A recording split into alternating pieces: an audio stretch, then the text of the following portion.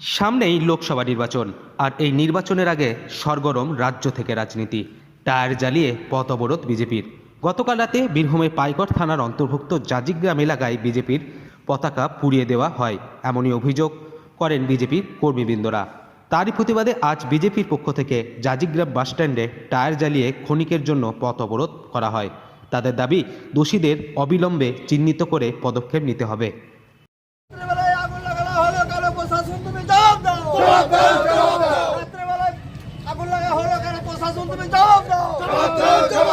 भारत माता के भारत माता के भारत माता के